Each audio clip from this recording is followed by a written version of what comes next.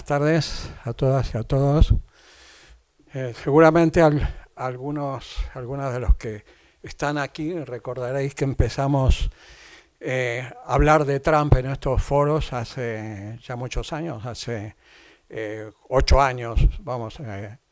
en 2016, cuando apareció en escena este hombre excéntrico, un hombre sin pasado político, conocido como showman, como agente inmobiliario especulador, y recordamos, y está grabado en Viento Sur, se guardan los vídeos de aquella época, que tuvimos invitados, gente de izquierda, que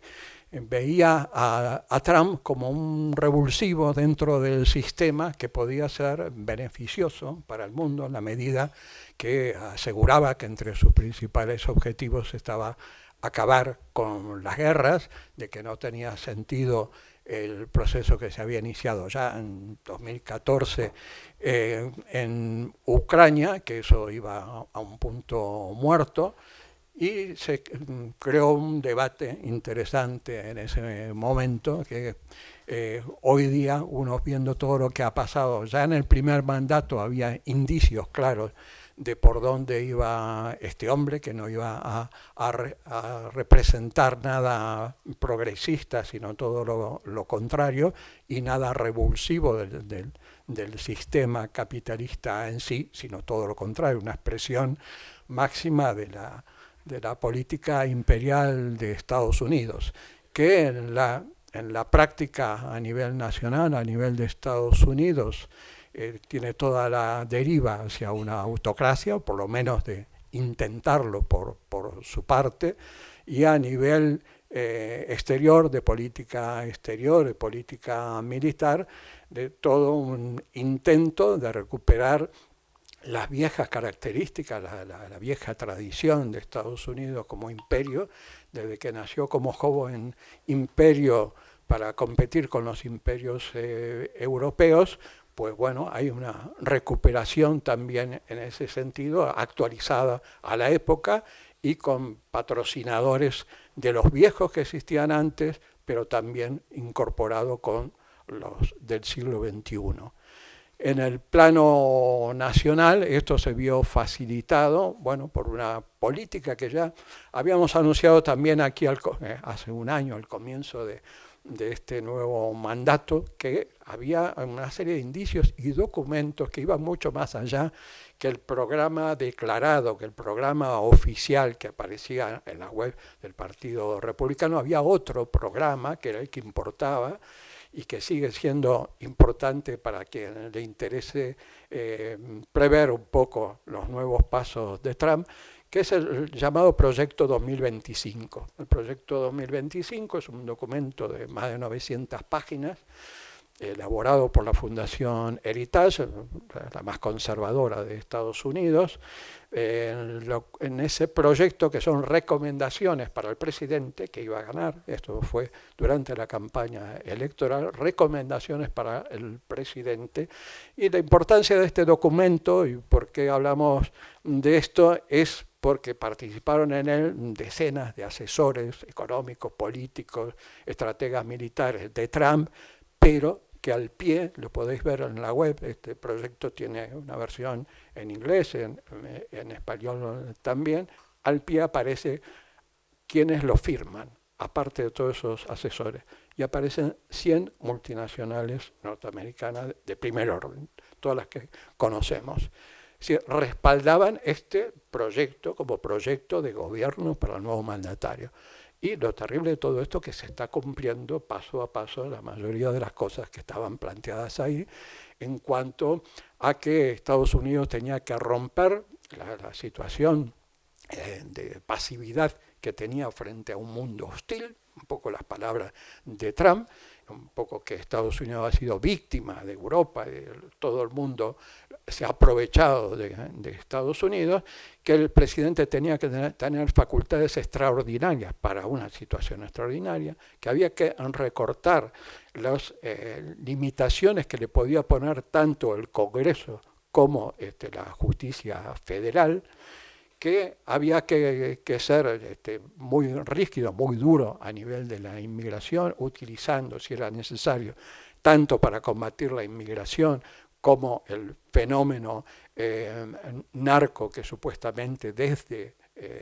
Latinoamérica se hacía profeso para inundar Estados Unidos, utilizando las Fuerzas Armadas, utilizar las Fuerzas Armadas contra la disidencia interna, es decir, la necesidad de desmantelar el Estado tal como se conocía, recortando educación, sanidad, la propia estructura, despidiendo a miles de funcionarios. Muchísimas de las medidas que en este año ha ido cumpliendo Trump están en ese documento y muchas más. Y además habla de esa hostilidad europea y que hay que tener una actitud agresiva y de defensa más beligerante de las multinacionales y de los intereses de Estados Unidos en el mundo, que es lo que está haciendo Trump, precisamente. Es decir, es el imperio en su estado más puro, tratando de acabar con todas las costuras institucionales que existen en Estados Unidos, cualquier tipo de contrapeso legal, legislativo que limite las decisiones que pueda tener el presidente, y en el plano externo recuperar una visión de expansionismo territorial, una visión colonialista que pareciera sacada del siglo XIX, de la doctrina Monroe de 1823, pero adaptada evidentemente a los tiempos actuales. Es decir, que tiene los apoyos empresariales del gran capital que ya estaban en esa época, que jugaban un papel fundamental, que en aquella época era la United Fruit Company, que controlaba la agricultura, la fruta y todo de todo Centroamérica, y que defendía sus intereses con las cañoneras, con la flota naval de Estados Unidos, que se ponía, le llamaban la época de las cañoneras, porque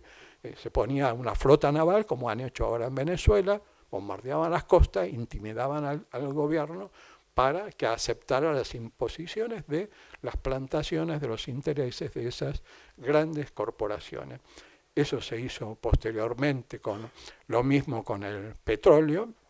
y se sigue haciendo ahora. Es decir, tanto tiempo después, esta defensa ya descarada de Trump, que no necesita poner excusas de lucha contra el comunismo, ni con lucha contra el terrorismo islámico, ni nada para lanzar aventuras bélicas como hicieron Reagan, como hicieron Bush, etc. Ahora ya lo dice de una forma clara. Es nuestra seguridad nacional, y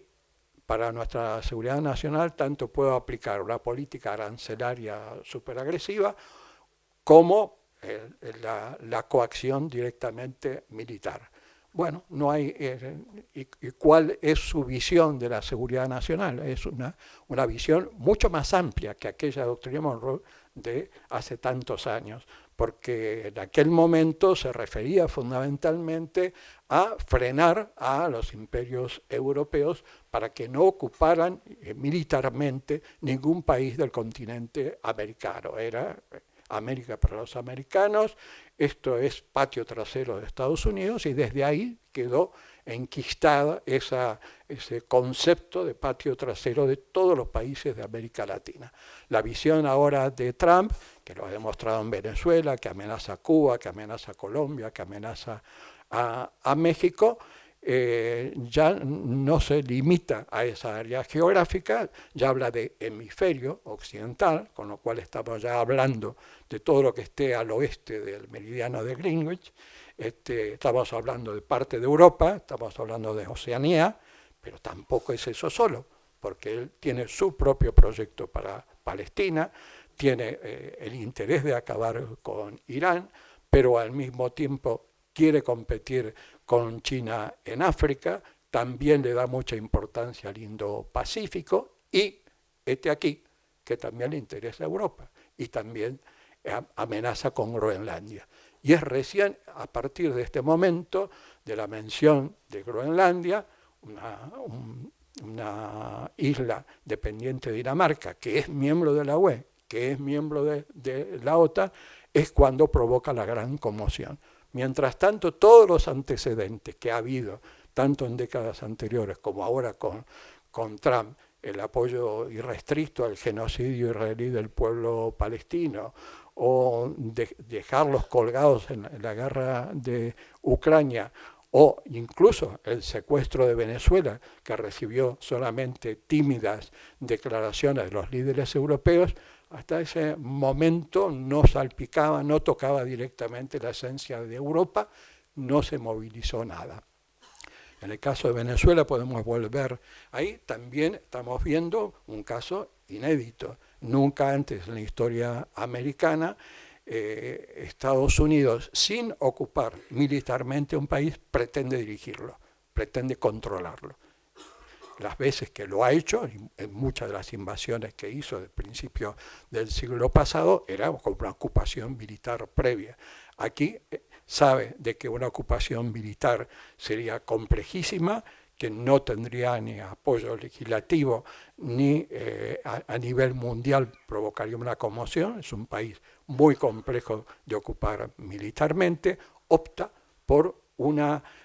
versión muy especial, intentar controlar, chantajear con la asfixia ya total a Venezuela a nivel económico y con amenazas de golpes quirúrgicos que podrían afectarle también muchísimo.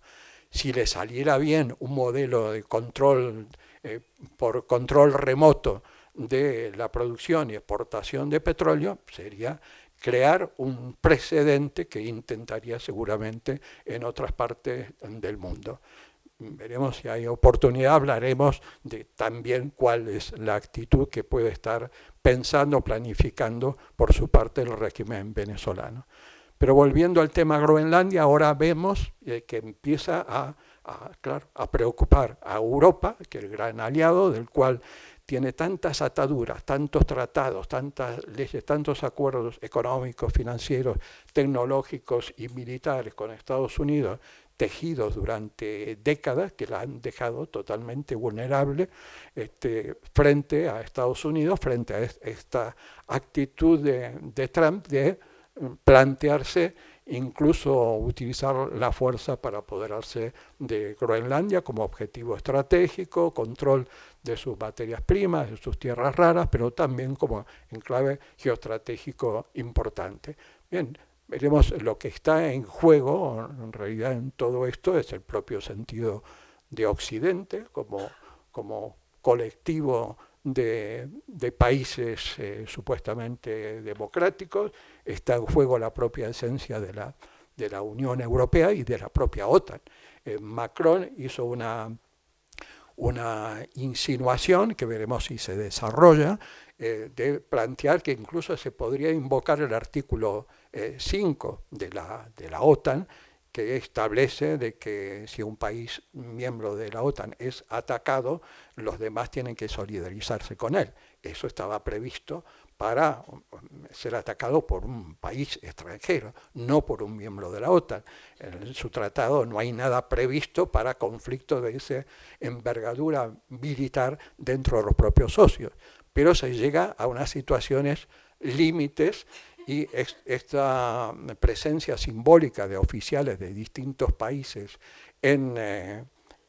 Groenlandia hoy día está provocando una cantidad de posicionamientos que veremos a dónde llegan, pero ya habéis visto hoy en Davos a Trump amonestando a los europeos, criticando a los europeos,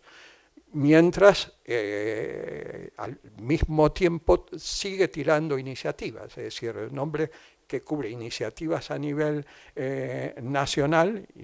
importantes, a nivel de política exterior, y ahora con este proyecto de la Junta de Paz, que supuestamente era para intentar controlar a un gobierno transitorio que se cree en Gaza, en la cual hay personajes tan siniestros como el propio Marco Rubio, Jared Kushner, que es el propio yerno de Trump, judío ortodoxo, defensor de Netanyahu, Tony Blair, el hombre de las Azores. Es decir,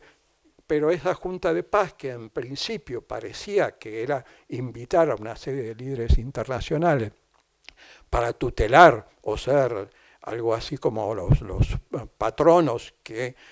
apoyaran a ese gobierno, ahora está invitando al propio Putin, a Lukashenko, a todo el mundo, a Qatar, a Turquía, a participar todos en una dinámica que claramente lo que intenta es potenciarlo como una organización que sustituya a la ONU. Es decir, cargarse la ONU para él, que además, ya lo he dicho, él sería la cabeza visible, el que represente a toda esa junta, compuesta cada vez por más y más países, sería sumamente representativa,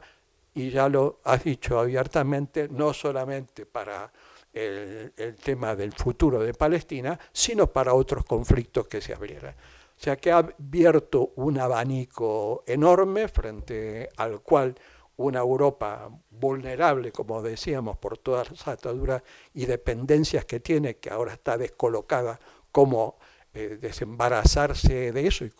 al comprobar que su aliado ya no es aliado, pero al mismo tiempo tiene que cuestionarse su propia esencia, si hay que desamericanizar Europa, de cómo Europa, siguiendo los pasos que hizo Rusia cuando le aplicaron tantísimas sanciones económicas muy duras y congelaron los activos, Europa también tendrá que abrirse de miras, pensar de tener relaciones abiertas con los BRICS, con las potencias emergentes, con Sudáfrica, con China, con Brasil, con India, con otros países, para ir rompiendo esa atadura y plantearse de una vez un proceso de soberanía e independencia. Y frente a todo esto, lo que vemos es una Europa dividida, con una ultraderecha en auge y una izquierda totalmente débil, tanto en el Estado español como en el resto de Europa, para intentar canalizar esta reacción, esta resistencia frente a este tsunami trumpista, y de ahí poder crear fisuras como para recuestionar todas estas entidades que hemos tenido durante todos estos años, ¿no? Bueno, lo dejo por ahora por aquí.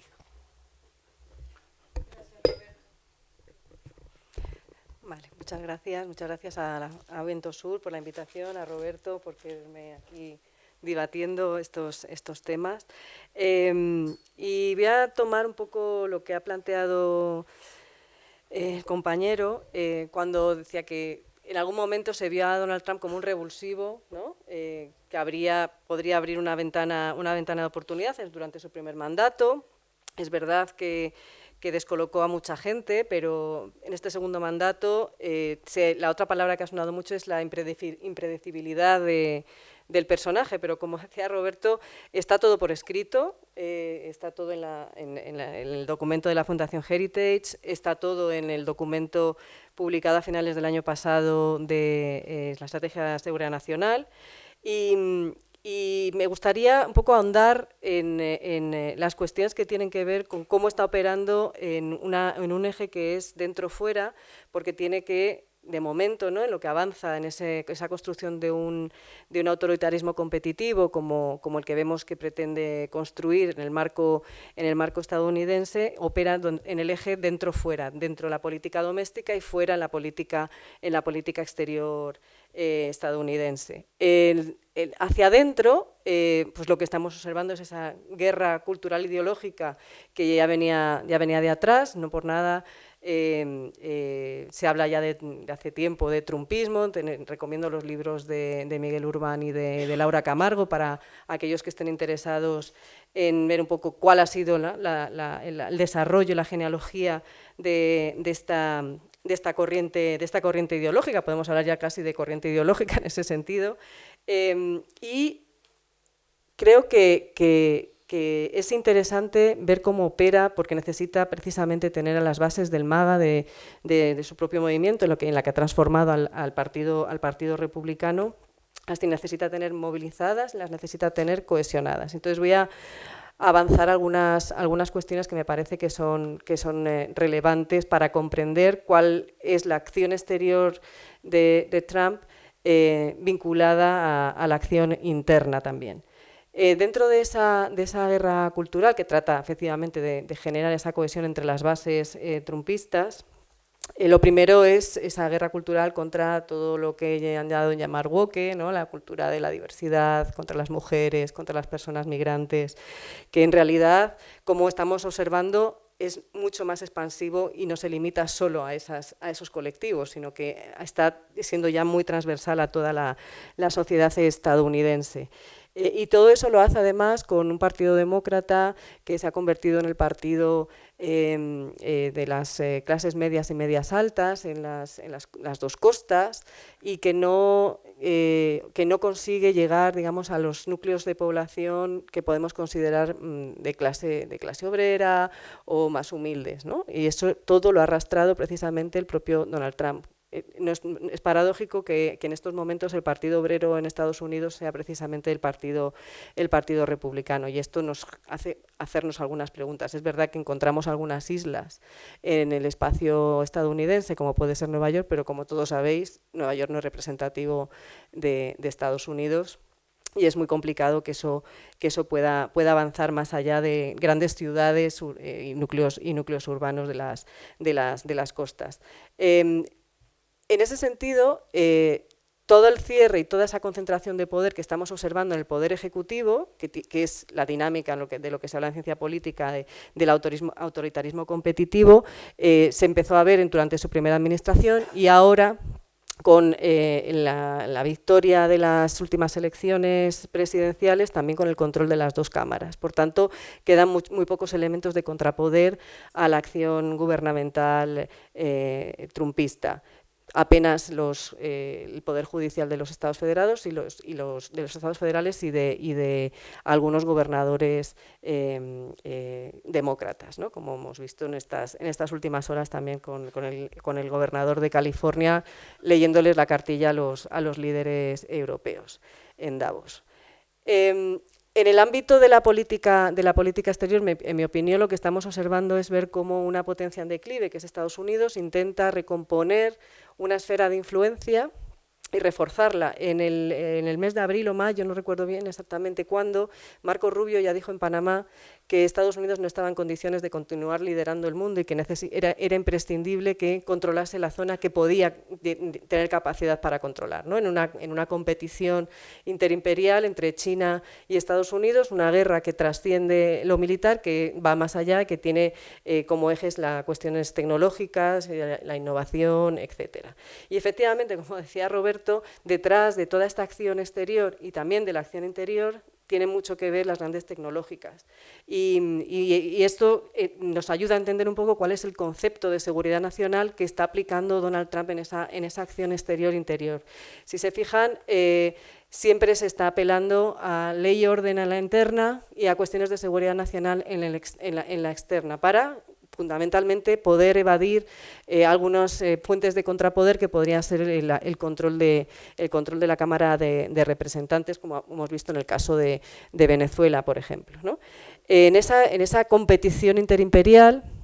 creo que es relevante entender que se está reconstituyendo, reconfigurando el mundo a través de lo que se han dado a llamar esferas de influencia, y lo que plantea la estrategia de seguridad nacional es que Estados Unidos tiene que controlar desde Groenlandia hasta Tierra de Fuego, sin ningún tipo de género de dudas, es decir, volviendo a lo que hace ya unos cuantos años se planteó como la vuelta a la geopolítica clásica. En ese sentido, el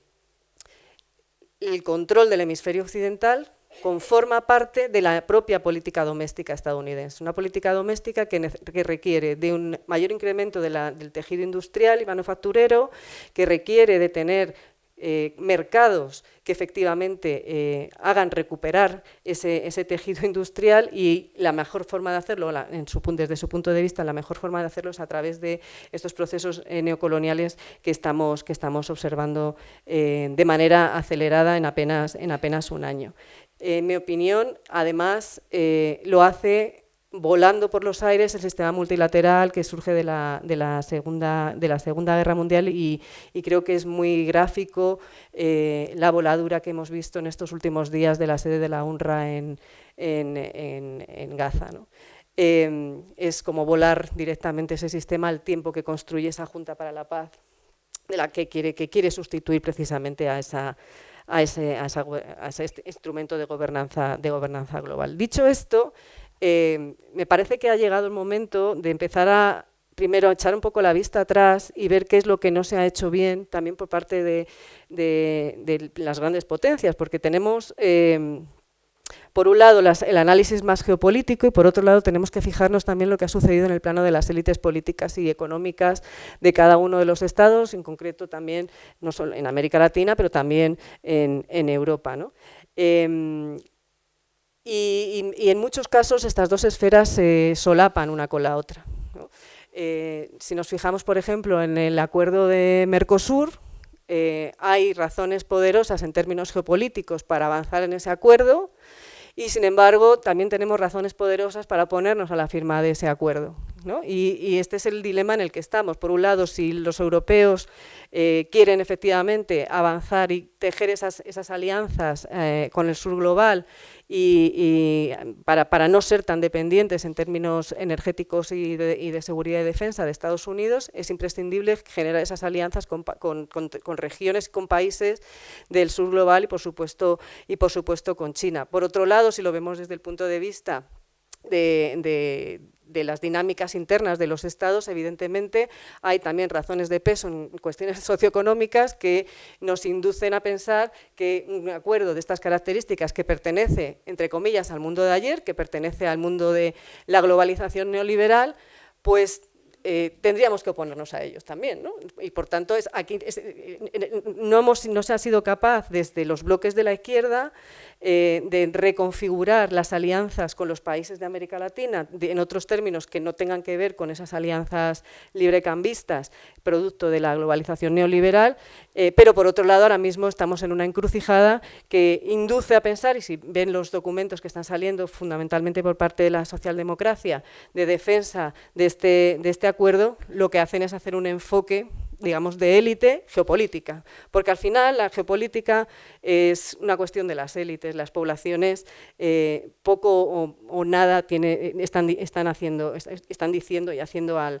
respecto, más allá de alguna tímida movilización en esa dirección. Y me parece interesante hacer el análisis más complejo de geopolítica y política en el plano nacional. También esto es el producto de un fracaso. Desde hace muchos años se viene hablando, y desde potencias medias, de la necesidad de una reforma del sistema de Naciones Unidas. Brasil fue uno de los países que más ha peleado por avanzar, digamos, en esa reforma del sistema de Naciones Unidas. Las potencias occidentales nunca le hicieron caso y ahora se están dando cuenta de que el no haber dejado abierto el paso expedito a países que tenían algo que decir y que tienen algo que decir en el ámbito internacional, lo que está haciendo es dejar el poder absoluto en manos de un liderazgo que mide precisamente sus acciones en función de conseguir objetivos a través de la fuerza, ¿no? Y en ese sentido, me parece que ha llegado también el momento de intentar hacer una lectura algo positiva, ¿no? Yo sé que es complicado porque es una situación muy complicada, pero creo que esta puesta contra las cuerdas de los líderes políticos europeos y latinoamericanos, lo que tiene que hacer es un revulsivo precisamente para abrir la posibilidad de establecer esas alianzas que nunca se terminaron de tejer de manera estratégica. ¿Y quién nos iba a decir a nosotros que íbamos a estar reivindicando las palabras de Macron, ¿no? Que esto también tiene su gracia, ¿no?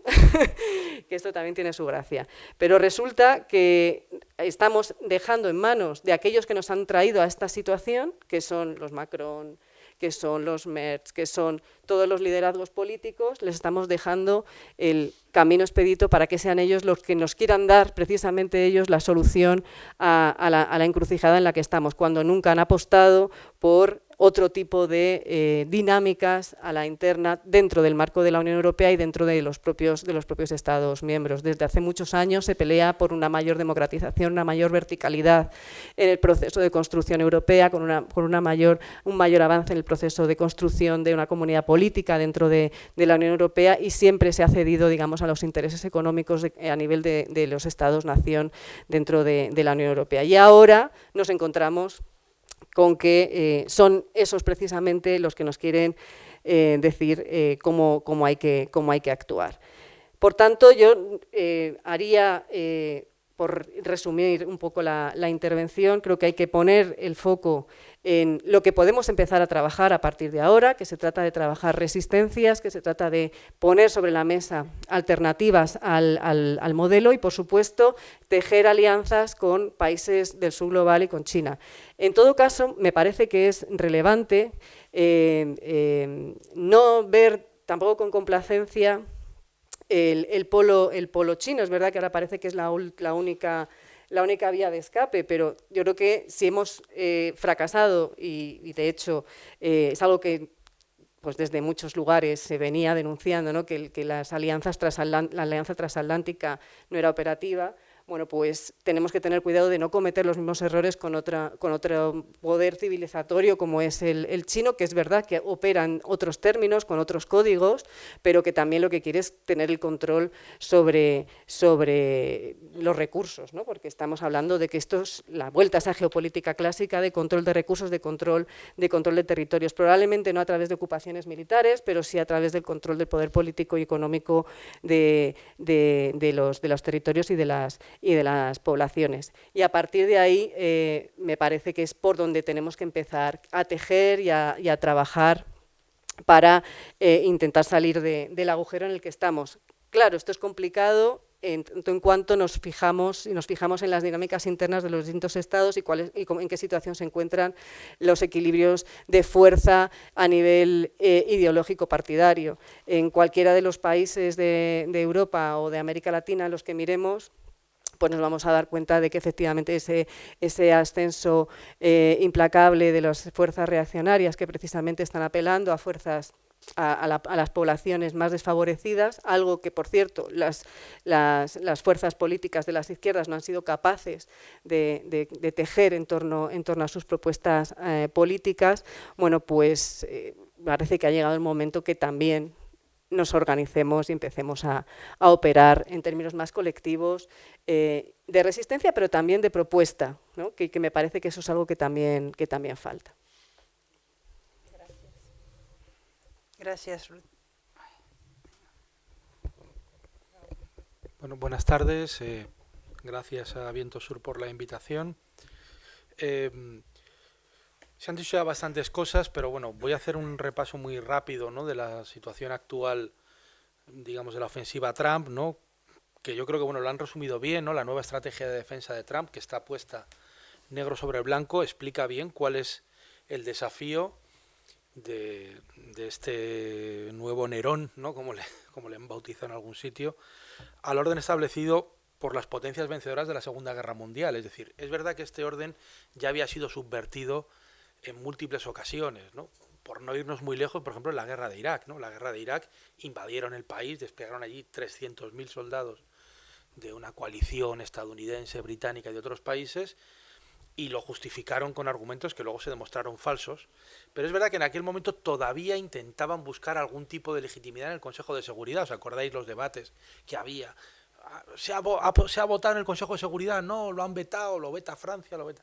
En fin, todavía había un cierto debate, aunque es verdad que eso no les impedía entrar ya a sangre y fuego, entrar con tropas, capturar a Saddam Hussein y controlar el petróleo, aunque luego aquello les saliera muy mal, ¿no? Pero había todavía, bueno, pues un cierto debate sobre la legitimidad. Eso ahora mismo es verdad que ha quedado completamente sepultado.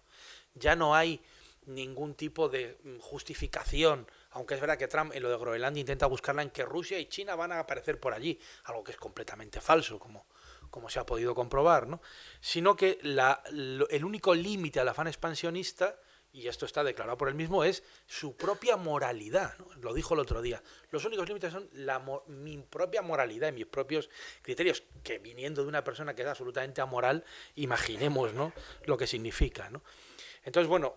los pasos que ha ido dando, especialmente en esta segunda legislatura, ¿no?, en esta segunda, interrumpida por 4 años, ¿no?, pero en este segundo mandato de Trump, son muy claros en ese sentido. El secuestro de Maduro y de su mujer Cilia de Flores,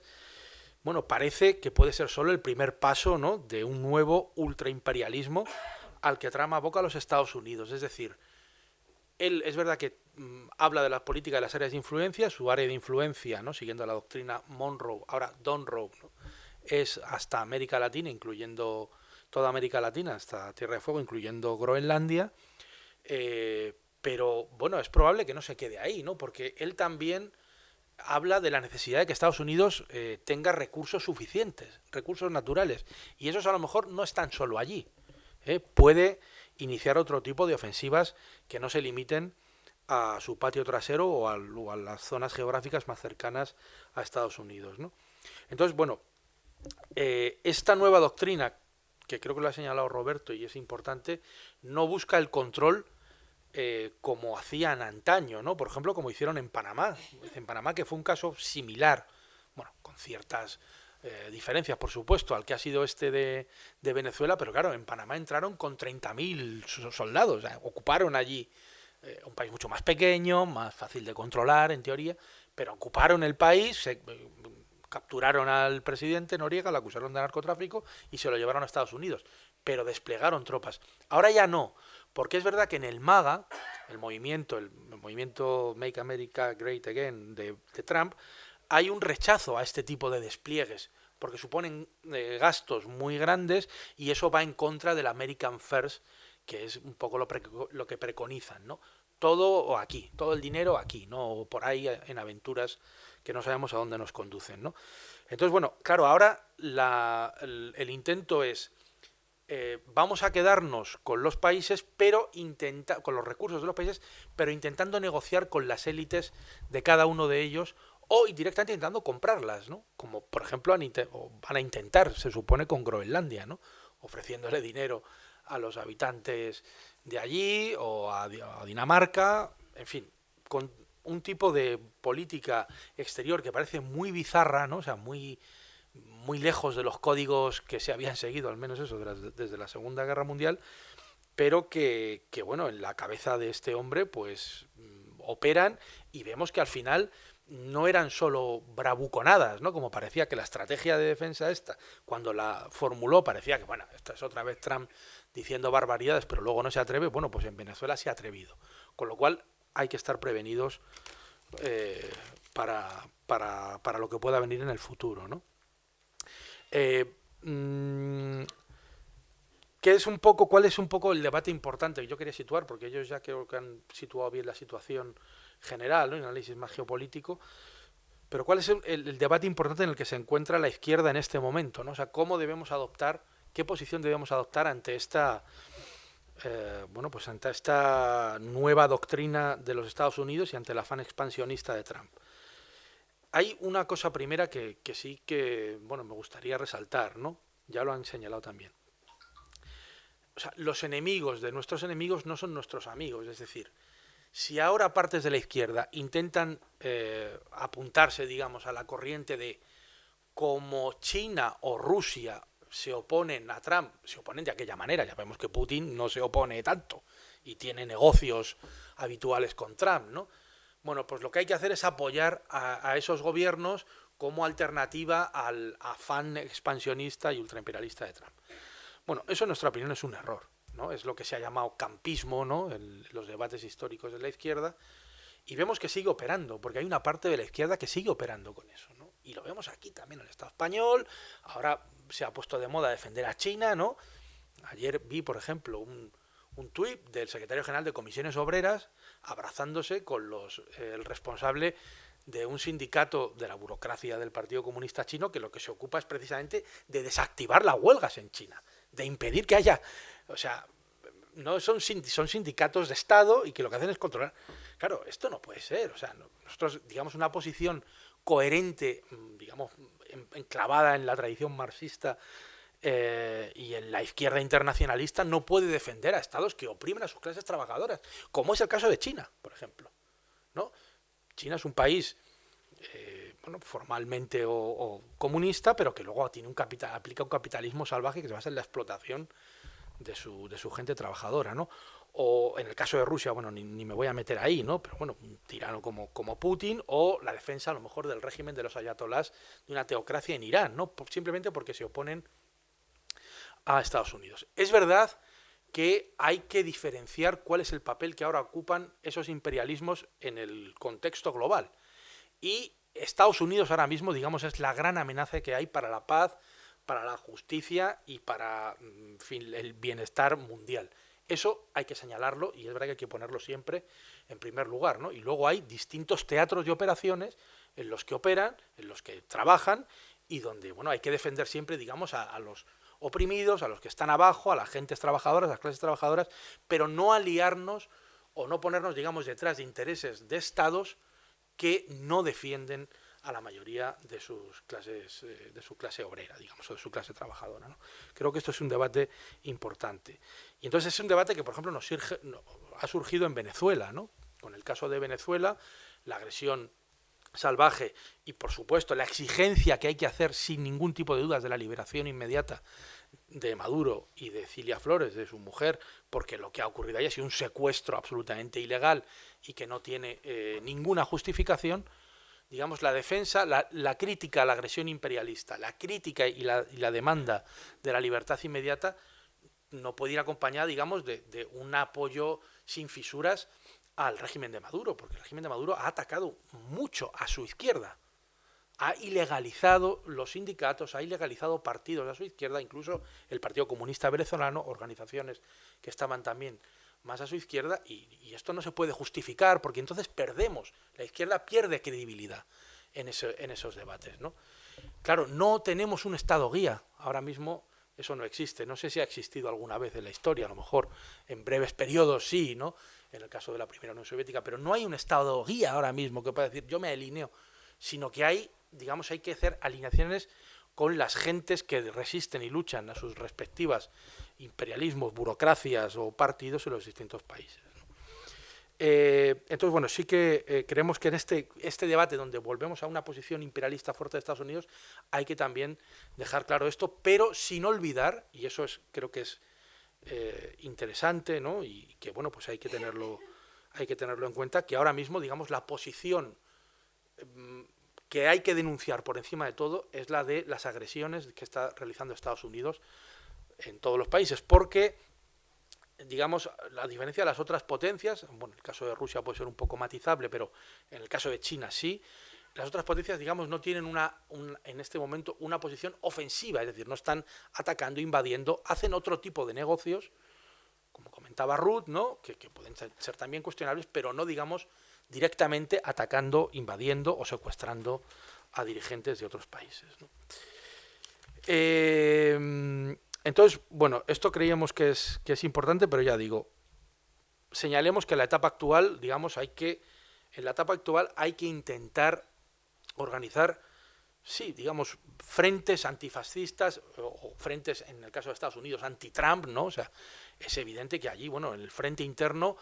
se va a jugar mucho del futuro de la humanidad, por hablar claro, ¿no? O sea, si la izquierda estadounidense es capaz de movilizarse no solo en las elecciones y no solo utilizando a un partido que está estructuralmente podrido como el Partido Demócrata, ¿no? Aunque hay una alternativa muy interesante que tiene relación, digamos, como los demócratas, los socialistas democráticos de América, los DSA, ¿no? Que es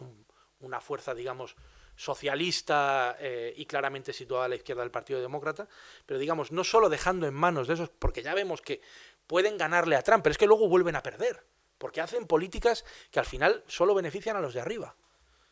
Entonces, no solo eso, sino que la movilización sería muy importante allí, que en Estados Unidos surgiera una gran coalición, digamos, contra Trump, en el sentido de, bueno, pues ir socavando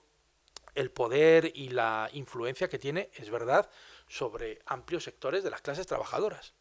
¿no? Es verdad que en determinados estados, no en todos, hay sectores de la izquierda y de la clase obrera que por supuesto son anti-Trump, pero sí en una parte importante de los estados de Estados Unidos pues tienen fuerza, ¿no? Entonces, eso sería lo primero. También aquí, también en otros países, porque el auge, digamos, de la extrema derecha no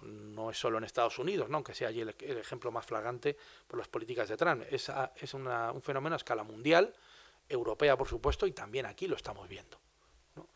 Entonces, bueno, pues en ese sentido es importante que haya frentes unidos, frentes únicos antifascistas y antirracistas, muy importante, porque el racismo es una de las herramientas fundamentales sobre la que se está construyendo la ultraderecha, y que no se confundan, digamos, estos frentes, estas coaliciones sociales con frentes populares, es decir, con que la izquierda alternativa se tenga que poner detrás de fuerzas políticas que defienden los intereses de las burguesías, de las élites, o que no se tengan que poner detrás de partidos que se ha demostrado durante muchos años que lo han hecho, como por ejemplo en España el Partido Socialista, ¿no? Hay margen para organizar, por ejemplo, coaliciones antirracistas, organizaciones y plataformas antirracistas que defiendan el territorio, que defiendan la sanidad pública, la educación, que no tengan que estar, digamos, sometidas a los criterios electoralistas de fuerzas políticas que al final, bueno, acaban gobernando también para los de arriba, ¿no? Hay margen en ese sentido y sería, por ejemplo, muy importante recuperar coordinaciones a escala internacional, porque ahora mismo el fenómeno es global, ¿no? Nos ha fallado un poco, por ejemplo, en Palestina, aunque ha habido movilizaciones de millones, centenares de miles de personas en todo el mundo, ¿no? Pero ha faltado quizá aquello que se hizo en la guerra de Irak del 2003, un día, una fecha, un día en todo el mundo, el 15 de febrero del 2003, me acuerdo, ¿no? Que eso tuvo un impacto muy grande. Luego tuvo efectos diferidos, ¿no? en muchos países, pero eso sí sería importante. Es verdad que entonces había el Foro Social Mundial, aquel que se reunía en Porto Alegre, que era capaz un poco de galvanizar todo aquello, pero recuperar estas coordinaciones internacionalistas sería importante. También es muy importante reforzar las estructuras sociales, los sindicatos combativos, los movimientos sociales, las organizaciones políticas alternativas, anticapitalistas, porque, digamos, el quedar atrapados en la crítica, en la información o en la recepción de noticias a través de las redes sociales es un factor muy limitante y que la extrema derecha está utilizando. Han utilizado, digamos, la anomización que han producido este tipo de dispositivos y de redes que han ciertamente dificultado la organización comunitaria. Y eso es muy malo para la izquierda y para las clases trabajadoras. Porque si algo tenemos es que la capacidad de organización social es la que nos puede hacer enfrentar a los de arriba. Y ahora nos han dividido y nos han convertido como en máquinas de consumo cada vez más atomizadas, ¿no? O sea, es muy importante recuperar esta organización social y política. También política, porque sin política, pues ya vemos, ¿no? O sea, al final nos acaban gobernando o los neoliberales, ¿no? Que aplican las políticas de la Unión Europea, que al final, por cierto, no es ninguna alternativa, porque es el neoliberalismo, si queremos en algunos países, y ya ni siquiera en todos, con un barniz progresista o compasivo, pero eso al final acaba creando todavía más condiciones para el auge de la extrema derecha, ¿no? Y luego, bueno, pues en ese sentido también pensamos que es importante que existan organizaciones políticas que tengan el mayor apoyo posible, que incluso puedan estar pues en instituciones representando ideas alternativas, pero que no se conviertan al final en bueno, monaguillos o pesebreros de los que acaban un poco mandando y organizando la derrota, ¿no? De alguna forma, porque la extrema derecha crece y eso es una causa objetiva a escala mundial, pero no hay que desconocer que las insuficiencias, las decepciones y los fracasos que ha tenido la izquierda social liberal o la izquierda institucional o el neoliberalismo progresista también están en la base de abrir la puerta a estas fuerzas oscuras como son el Trump, Abascal, Meloni o todos los que están, Le Pen o todos los que están creciendo en Europa, ¿no? Esa también es una lección poco concebida y que se olvida rápidamente porque hay que siempre ponerse detrás del primero que vuelve a defender el orden liberal antiguo, ¿no? Pero creo que es importante en este tiempo pensar que los tiempos no van a volver atrás, O sea, ahora hay que hacer nuevas cosas para evitar caer en las garras oscuras de la extrema derecha, aunque en muchos países ya se ha caído. En todo caso, hay mucho margen para la resistencia. Trump tampoco va a poder aplicar sus planes de manera lineal. Hoy ya dice que no sabe si va a poder invadir Groenlandia, ¿no? Por la fuerza. Bueno, va a intentar ahí hacer toda una opereta. Y bueno, hay margen porque es demasiado salvaje lo que está intentando, y también hay margen para la reacción popular, porque hay mucha gente que no va a tolerar esto, y hay muchas fuerzas sociales todavía que, aunque estén dormidas, van a poder operar y salir a la luz en algún momento. Así es que, bueno, un mensaje de optimismo también ante la barbarie que nos acecha. Muchas gracias.